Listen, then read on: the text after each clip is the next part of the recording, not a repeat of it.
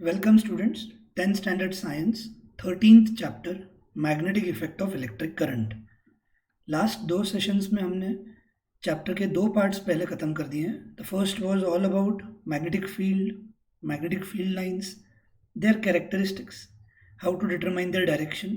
ये सब हमने फर्स्ट पार्ट में देखा था। In the second part we studied the arrangement of field lines around a current carrying straight wire, around a circular loop, around a coil and around a solenoid। इन सभी के diagrams के through हमने second part finish कर दिया था। अब ये इस चैप्टर का थर्ड पार्ट, ये जो भी पूरा पार्ट है ये इलेक्ट्रिक मोटर के लिए बेस बनेगा। इलेक्ट्रिक मोटर जिस प्रिंसिपल पे काम करता है वो ये प्रिंसिपल है जो यहाँ पे उन्होंने हेडलाइन दी हुई है। तो मोटर हम अगले सेशन में देखेंगे how it works in detail. आज के लिए पहले उसका प्रिंसिपल समझने के लिए एक एक्टिविटी के जरिए हम ये पॉइंट को समझने की कोशिश करेंगे। What is the headline? Force on a current carrying conductor in a magnetic field. क्या मतलब है इसका? कि अगर हम मैग्नेटिक फील्ड के बीच में एक कंडक्टर रख दें और उसमें अगर हम करंट पास करें then it will experience a force.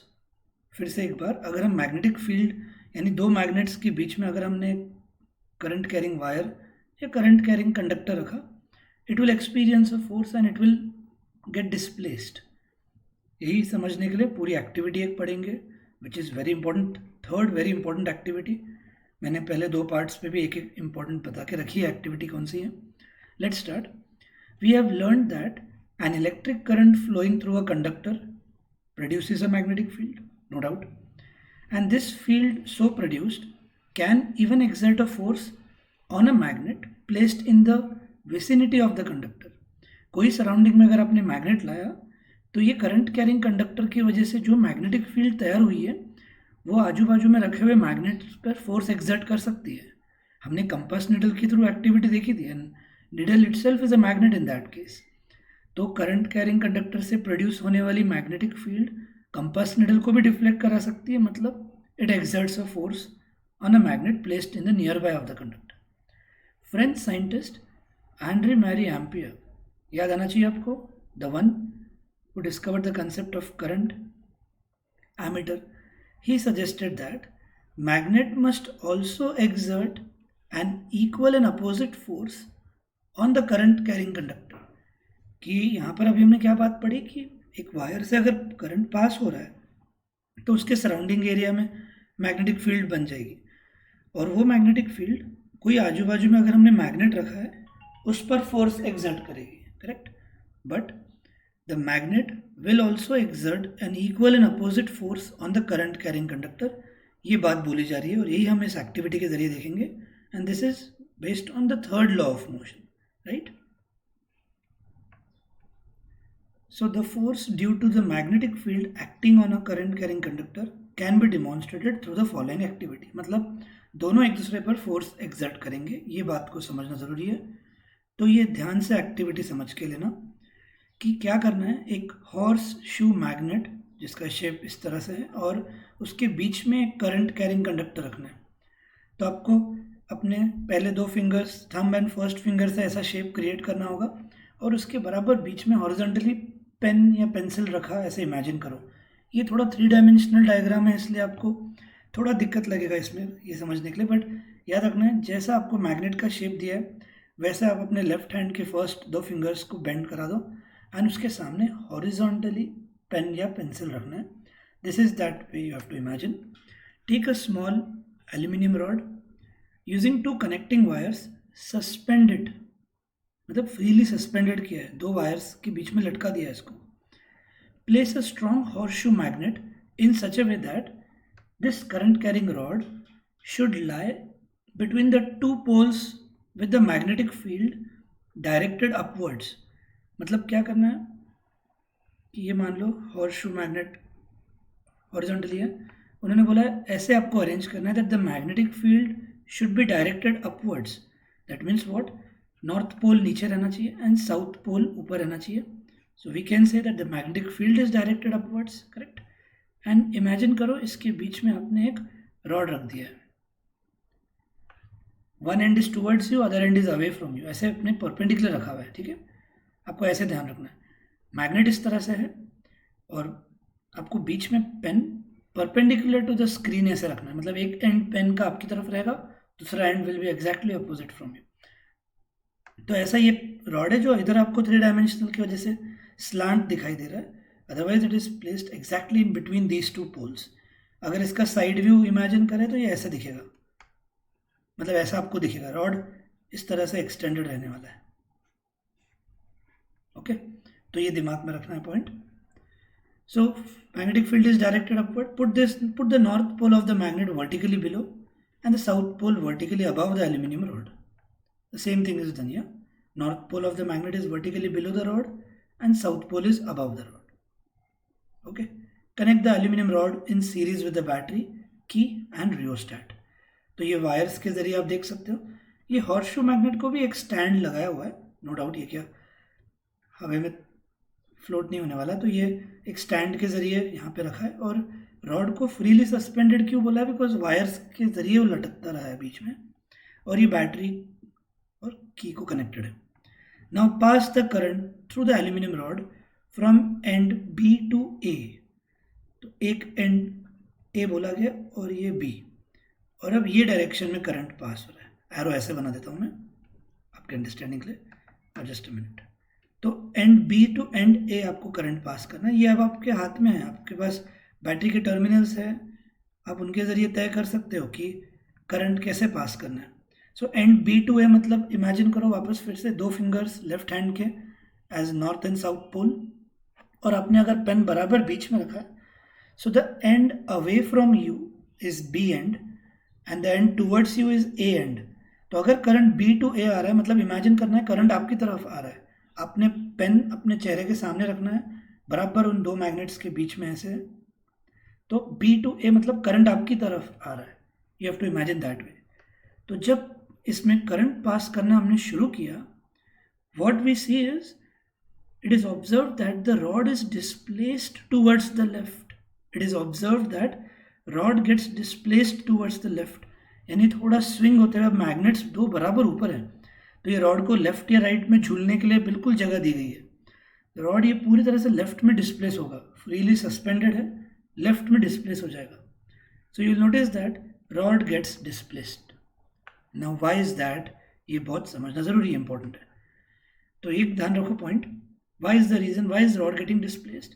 Number 1 कि पहले तो ये हॉर्सशू मैग्नेट है, that is magnetic field is directed from north to south pole, right, यानी ये पूरा रीजन मैग्नेटिक फील्ड का है हॉर्सशू मैग्नेट के, करेक्ट। मतलब इस पूरे रीजन में मैग्नेटिक फोर्स हॉर्सशू मैग्नेट का एक्सपीरियंस किया जाता है। अब इसमें हमने करंट कैरिंग रॉड बीच में लाके रखा, राइट। अब वो किसी को भी यहाँ पर अट्रैक्ट नहीं होगा क्योंकि उनको वायर्स के जरिए होल्ड किया गया, ओके, वायर्स के जरिए फ्रीली सस्पेंडेड किया गया बराबर इनके बीच में। तो it's just a pure metal, पर वो किसी तरफ अट्रैक्ट नहीं होगा। अब जब यहाँ से हम करंट पास करेंगे, जब हम यहाँ से करंट पास करेंगे, what will this be, it will act as a current carrying conductor, correct. And what does a current carrying conductor act as, इस चैप्टर में हमने यही सीखा है, the current carrying conductor will behave as a magnet because it will produce magnetic field around its area. तो क्या हुआ, मतलब हॉर्सशू मैग्नेट के बीच में हमने ये रॉड ला के रखा था, जब करंट पास नहीं हो रहा है ये रॉड है, पर जब इसमें करंट पास होना शुरू हो गया तो ये रॉड नहीं है, ये कंडक्टर नहीं है, it's nothing but a magnet. मतलब आप एक मैग्नेटिक फील्ड के अंदर दूसरा मैग्नेट भी ला रहे हो, what will happen, repulsion will happen, और उस रिपल्शन की वजह से this rod will get displaced towards the left. अब ये बात भी पक्की है कि that both will exert force on each other, horseshoe magnet will exert force on this current carrying rod, and this current carrying rod will also exert equal and opposite force on this horseshoe magnet. But why this horseshoe magnet won't move, क्योंकि ये stand से connected है, ये attached है, formally attached है stand से, ये wires के साथ फ्रीली सस्पेंडेड है। तो हॉर्सशू मैग्नेट जब इस पर फोर्स एक्सर्ट कर रहा है तो ये लेफ्ट राइट डिस्प्लेस होगा। In the first case it will get displaced towards the left. पर ये करंट कैरिंग रॉड ने भी हॉर्सशू मैग्नेट पे फोर्स एक्सर्ट किया है, but horseshoe magnet formally attached है एक सपोर्ट के साथ, इसलिए हॉर्सशू मैग्नेट नहीं मूव करेगा। बट इस मैग्नेट का फोर्स इस करंट कैरिंग रॉड पर अफेक्ट होगा and because it is freely suspended it will get displaced. तो बोलने का मतलब क्या है, देखो the point is now clear कि हमने क्या किया यहाँ पर इस एक्टिविटी में, क्या किया, we placed a current carrying rod, we placed a current carrying conductor in a magnetic field. How come in a magnetic field? हमने हॉर्सशू मैग्नेट के बीच में लाके रख दिया था इस रॉड को। तो जब करंट पास नहीं हो रहा था there was nothing happening, but when we started passing the current this rod also became a magnet. और हॉर्सशू मैग्नेट का भी खुद का एक मैग्नेटिक फील्ड है। ये दोनों मैग्नेटिक फील्ड एक दूसरे के कांटेक्ट में आने के बाद they will exert force on each other and then horseshoe magnet का फोर्स रॉड पे बैठ गया, rod gets displaced towards the left, but rod का फोर्स हॉर्सशू मैग्नेट पर दिखेगा नहीं because it is attached formally. The same point is covered here. अब इसके बाद क्या बोला है, reverse the direction of the current flowing through the rod. अब क्या करना है, इमेजिन करो फिर से दो fingers, thumb and the first finger इस तरह से बेंट है, बीच में अपने हॉरिजॉन्टली पेन रखा हुआ है,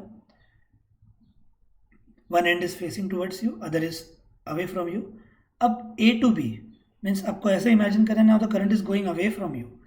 तो ए टू बी अगर अभी हमने करंट पास किया, we can reverse the direction of the current by changing the terminals of the battery, right. मैं आपको इसका एक एनिमेटेड वीडियो भी भेज रहा हूँ क्योंकि स्कूल में ये यूजुअली करवाई जाती हैं एक्टिविटीज़, पर आपको बीइंग एन एक्टिविटी आप चाहो तो इतना पढ़ते ही इमीडिएटली पॉज करना एंड पहले एक्टिविटी जो मैं इसके साथ भेज रहा हूँ वीडियो वो आप पहले देख लेना। I can not share the video in this recording, तो आप वो देखकर फिर आगे बढ़ने लग जाना, ओके। तो अब क्या, अगर हमने करंट को उल्टे डायरेक्शन में पास किया A to B, then the rod will get displaced in the opposite direction, तो स्विंग होते हुए वो राइट में चला जाएगा। So observe the direction of displacement, it is now towards the right. Why does the rod get displaced? Because the direction of magnetic field is now changed, और उस हिसाब से फोर्स अपोजिट डायरेक्शन में apply होगा। और ये थोड़ी चीज़ आपको और समझने के लिए थोड़ा देर वेट करना होगा। There will be one rule which I am going to discuss, और उस रूल से आपको मालूम पड़ जाएगा कि अगर हमने रॉड करंट का डायरेक्शन चेंज किया या मैग्नेट को उल्टा कर दिया, then also the direction of displacement will change. मतलब अगर आपने दोनों चीज़ें एक साथ चेंज कर दी देन नथिंग विल चेंज। एक एग्जाम्पल देखो पहले, मान लो ओरिजिनल केस ही पकड़ रहे हैं, current was coming from B to A, rod gets displaced towards the left. पर अब अगर आपने मान लो मैग्नेट उल्टा कर दिया, नॉर्थ ऊपर आ गया, साउथ नीचे आ गया, तो क्या होगा, मैग्नेटिक फील्ड का डायरेक्शन चेंज हो जाएगा and in that case rod will get displaced towards the right.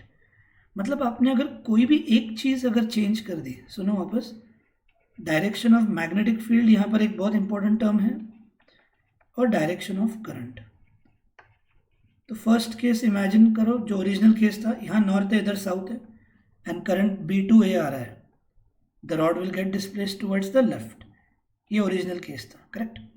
लेकिन अब आपने मैग्नेट को उल्टा कर दिया, मतलब आपने direction of magnetic field change कर दिया, करंट वही रखा हुआ है, so the rod will now get displaced towards the right. अगर आपने कुछ भी इनमें से एक चेंज किया, the direction of force, the direction in which rod will get displaced will change. तो अब मान लो ये नॉर्थ और साउथ ऐसे ही है, और अब आपने बी टू ए की जगह सिर्फ करंट को उल्टा किया, then also the rod will get displaced towards the right.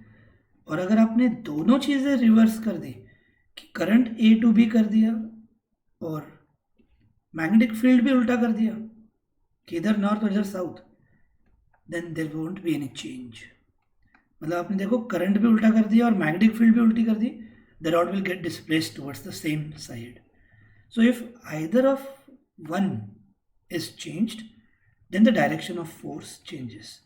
अब फोर्स क्यों बोल रहा हूँ, क्योंकि जिस डायरेक्शन में रॉड डिस्प्लेस हो रहा है, हम बोल सकते हैं फोर्स का डायरेक्शन उधर ही है, क्योंकि फोर्स के जरिए ही आखिर रॉड डिस्प्लेस हो रहा है, राइट।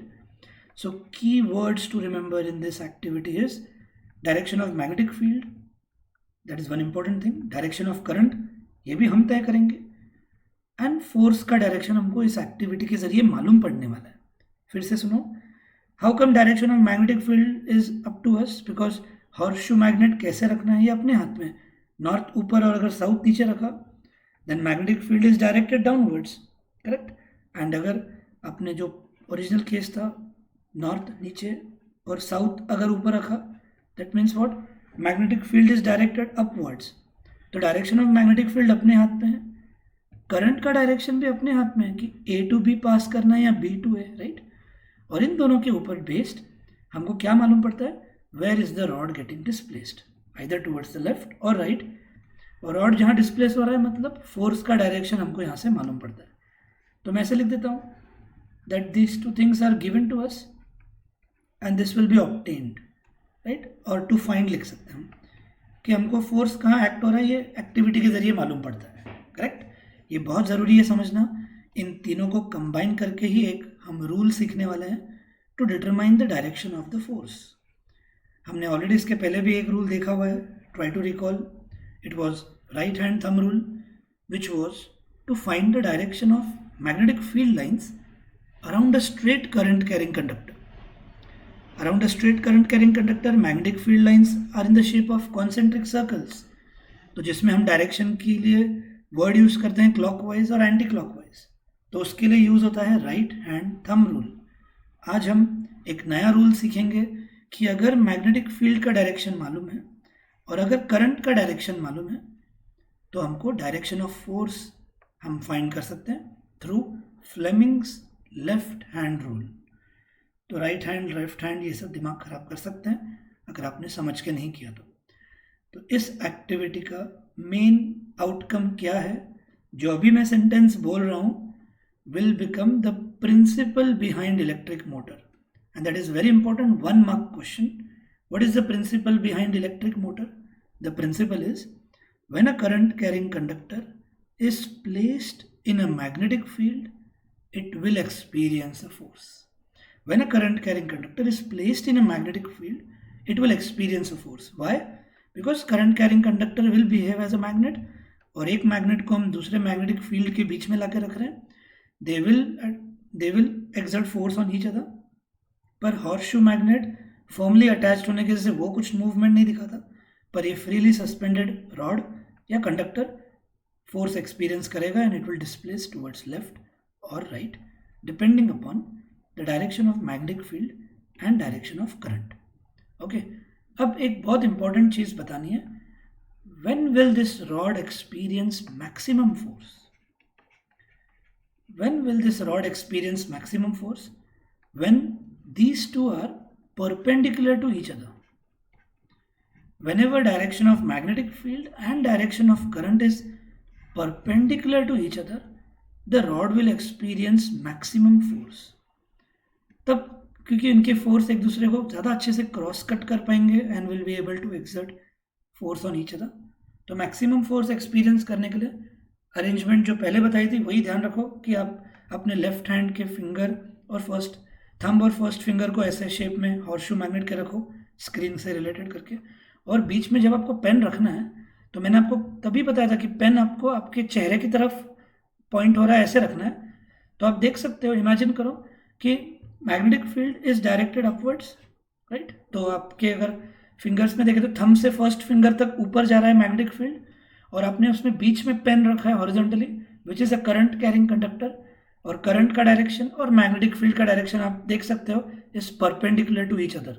ये आपको सामने खुद ऐसे हाथ हॉर्सशू मैग्नेट की तरह रख के फर्स्ट 2 फिंगर्स बीच में पेन विजुलाइज करना है as a current carrying rod है, और करंट का डायरेक्शन आपका मान लो अवे फ्रॉम द करंट, आपसे दूर जा रहा है करंट, आपने पेन रखा है बीच में, करंट आपसे दूर जा रहा है एंड मैग्नेटिक फील्ड ऊपर जा रही है। सो आप देख सकते हो they are perpendicular to each other, only in that case it will experience maximum force. तो ये सब बातें अभी हम यहाँ पे रीड कर सकते हैं। Let's start. So let's revise whatever I have covered. The displacement of the rod in the above activity suggests that a force is exerted on the current carrying aluminum rod. कौन exert कर रहा है force? Horseshoe magnet. When it is placed in a magnetic field. It also suggests that the direction of force is reversed when the direction of current is reversed. अभी हमने देखा था कि जब B to A current आ रहा है, rod gets displaced towards the left. If it goes from A to B, the rod will get displaced towards the right. Correct? अब ये एक हुआ, एक बार हमने करंट चेंज करके देखा तो रॉड का डायरेक्शन चेंज हो रहा है। और सेकंड मैंने क्या कहा था, now change the direction of magnetic field to vertically downwards by interchanging the poles of the magnet. अब अगर आपने मैग्नेट को नॉर्थ को ऊपर और साउथ को नीचे लाया, the magnetic field will be downwards, vertically downwards. और ऐसे करने के बाद भी आप देख सकते हो कि रॉड का डायरेक्शन चेंज हो रहा है। It is once again observed that the direction of force acting on the current carrying rod gets reversed.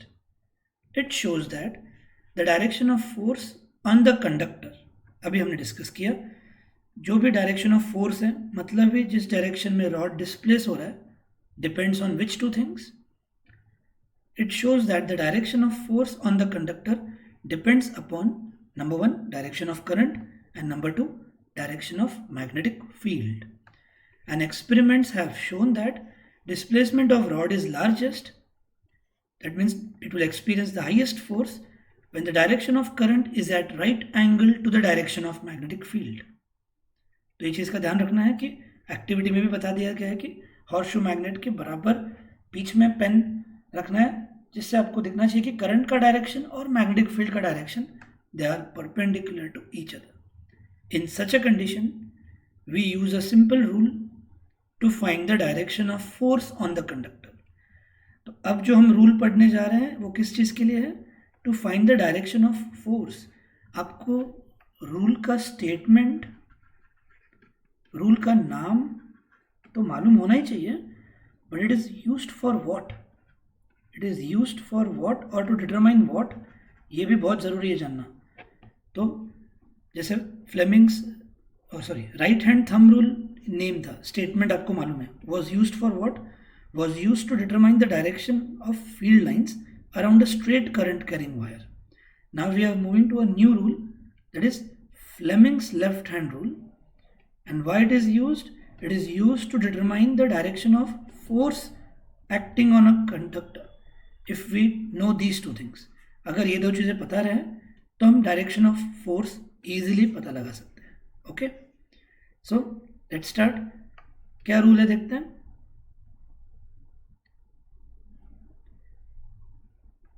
In activity 13.7 we considered the direction of current and that of the magnetic field perpendicular to each other, right? और ऐसे में we found that the force is perpendicular to both of them. कैसे, ये अब आपको थोड़ा दिक्कत लगेगा. पहले रूल समझ लो, then we will again apply this rule in that activity and you will come to know that ये तीनों एक दूसरे को परपेंडिकुलर रहने वाले हैं. ओके, क्या है? The three directions can be illustrated through a simple rule called Fleming's left hand rule.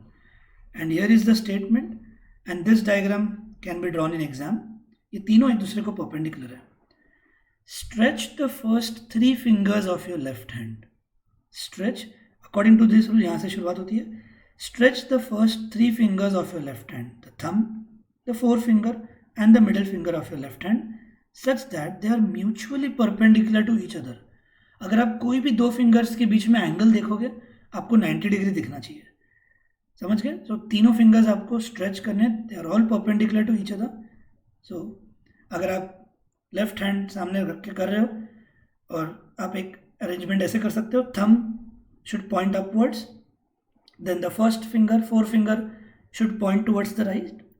तो current, that is the middle finger, किसकी तरफ पॉइंट कर रहा है, आपको पहले आंसर देना है. फिर से एक बार आपको Fleming's left hand rule 1 minute आपको आ रहा है या नहीं करना है, इसके लिए मैं एक वेरिफिकेशन लेना चाह रहा हूँ. आपको लेफ्ट हैंड रूल के हिसाब से फर्स्ट 3 फिंगर्स एक दूसरे को परपेंडिकुलर होंगे, ऐसे स्ट्रेच करना है. थंब को ऊपर की डायरेक्शन में पॉइंट करना है. The first finger should point towards the right, then the middle finger will point towards you, and if that is correct means you are doing it correct. The third finger should point towards you. ये आपके verification के लिए मैंने किया कि आप ये बराबर कर पा रहे हो या नहीं. So the rule will start with this sentence. Now these 3 fingers have values or have a meaning. The thumb indicates the force acting. The first finger indicates the direction of magnetic field, and the third finger indicates the direction of current. Correct? तो इस चीज को easily याद रखा जा सकता है. Just simply remember the rule FBI. अब आपको FBI मालूम है, correct? FBI, and now you should know what is F? That is direction of force. मैंने पहले ही बताया था मैग्नेटिक फील्ड को आइडियली B लिखा जाता है एंड करंट को I, so you can never be getting confuse now. FBI ये एब्रीवेशन बहुत लोगों को मालूम पड़ता है एंड सीक्वेंस भी यहाँ पर लकीली सेम है. सो स्ट्रेच करने के बाद जो आपको गिवन दिया हुआ है, यहाँ पर गिवन क्या क्या था? डायरेक्शन ऑफ मैग्नेटिक फील्ड और डायरेक्शन ऑफ करंट, करेक्ट? तो इसके लिए हम इफ लिखेंगे और इसके लिए देन, और इन दोनों के लिए अब फिंगर्स क्लियर है, आपको अभी कंफ्यूजन कभी भी नहीं होगा. This is B, this is I. तो कैसे लिखा है देखो रूल, ये भी लिखना होगा अकॉर्डिंग टू दिस रूल ये सब. Now if the first finger is in the direction of magnetic field B and the second finger is in the direction of the current I, then the thumb will point in the direction of motion or the force acting on the conductor. फिर से एक बार, जब भी आपने first 3 finger stretch कर दिए, the first finger should point towards the direction of magnetic field, इसके लिए B लिखा मैंने, करेक्ट?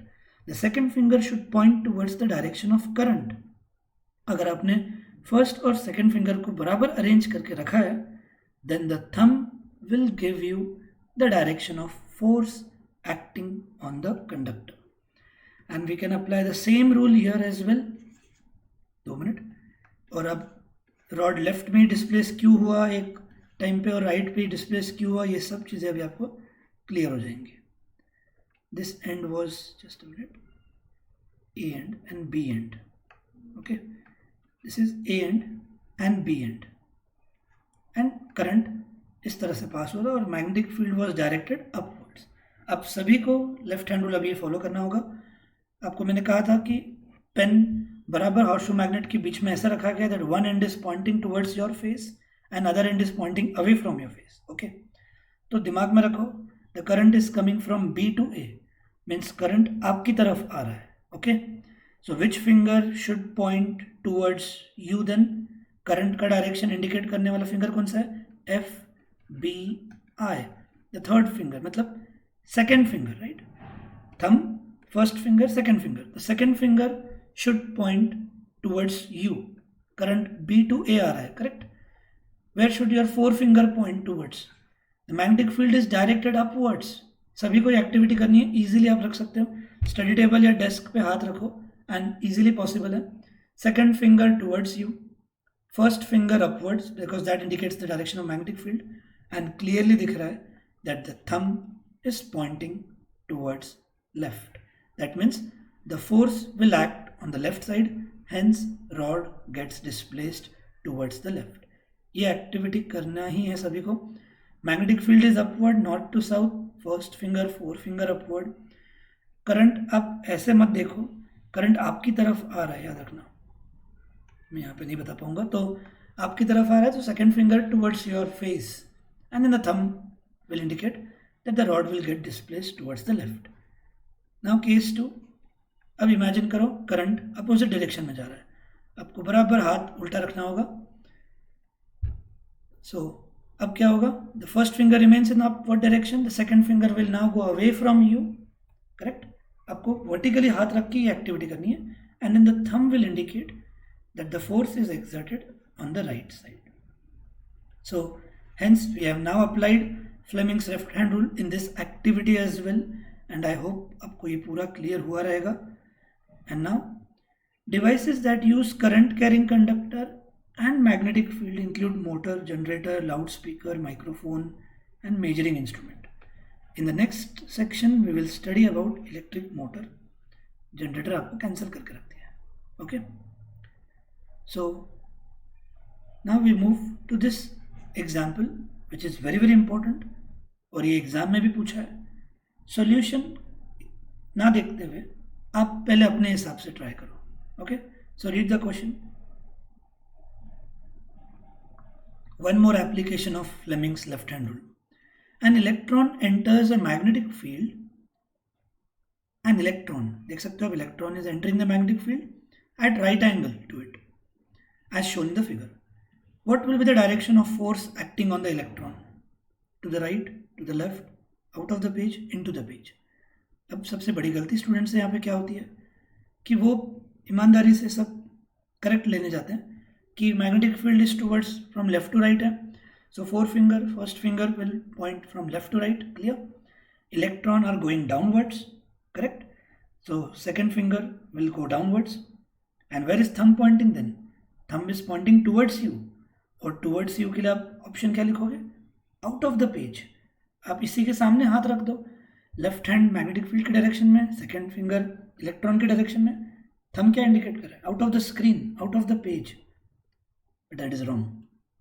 वाई? इन महान लोगों ने करंट का डायरेक्शन क्या बोला हुआ है? The direction of current should be taken opposite to that of the direction of electrons. वाह, मतलब यहाँ गलती नहीं चलेगी, ये दिमाग में रखना होगा. That direction of current should be taken opposite to that of the electrons. So first finger, that is forefinger, will be from left to right, no doubt. और थोड़ा हाथ संभाल कर, क्योंकि टेढ़ा हो सकता है, मोड़ना पड़ेगा. And the second finger will point in upward direction. आप नोटबुक में या टेक्स्ट बुक में अगर करोगे तो ज़्यादा मोड़ने की ज़रूरत नहीं पड़ेगी, सामने स्क्रीन पे करोगे तो दिक्कत आने वाली है. And the thumb will point into the page. और ये बोर्ड एग्जाम में आया हुआ क्वेश्चन है जिसमें ऑप्शंस नहीं दिए हुए थे. Explain what will be the direction of force acting on the electrons. तो आप लिखोगे into the page, the direction of force is perpendicular to the direction of magnetic field and current as given by Fleming's left hand rule. तो मतलब कैसे बात होगी कि देखो ये तीनों एक दूसरे को परपेंडिकुलर का बेस्ट प्रूफ यहाँ पे मिल गया कि मैग्नेटिक फील्ड इस तरफ, करंट ऊपर, तो करंट और मैग्नेटिक फील्ड एक दूसरे को हो गए परपेंडिकुलर. और force out of the page, आपकी तरफ, या इनटू द पेज आंसर है. तो वो तीसरा एक लाइन आ गया जिसको रिप्रेजेंट किया उन्होंने इससे. This is actually a 3 dimensional figure that they all are perpendicular to each other. तो ये एग्जाम में डायग्राम एक्सपेक्टेड है अलॉन्ग विद द रूल. तो यहाँ पर देखो क्या हो रहा है, मैग्नेटिक फील्ड इस तरफ, करंट ऊपर, तो ये दोनों तो हो गए, और फोर्स इनटू द पेज वो तीसरा एक आ गया. They are all perpendicular to each other. Recall that the direction of current is taken opposite to the direction of motion of electron, therefore the force is therefore directed into the page. तो आपको बस ये लिखना है कि according to Fleming's left hand rule the force is directed into the page because direction of current should be taken opposite to the direction of electrons. I hope सबको ये Fleming's left hand rule clear हुआ है, because motor का जब हम working पढ़ने वाले हैं तब फ्लेमिंग का लेफ्ट हैंड रूल 2 बार यूज होगा उसके आंसर में. So be ready with this rule. Okay, तो this way we have finished with today's part, and in the next lecture, just to revise this previous part, we will discuss these 3 in-text questions as well. So just go through them. If you are able to try, give a try based on this concept. एक थोड़ा difficult लगेगा, but we will discuss it in the next lecture and move on to the concept and working of electric motor, which will complete the chapter. So this activity is 3rd very important activity. ये पूरा learn करना होगा with this outcome and with the diagram. Okay, so that's all for today. Go through this session properly. Thank you.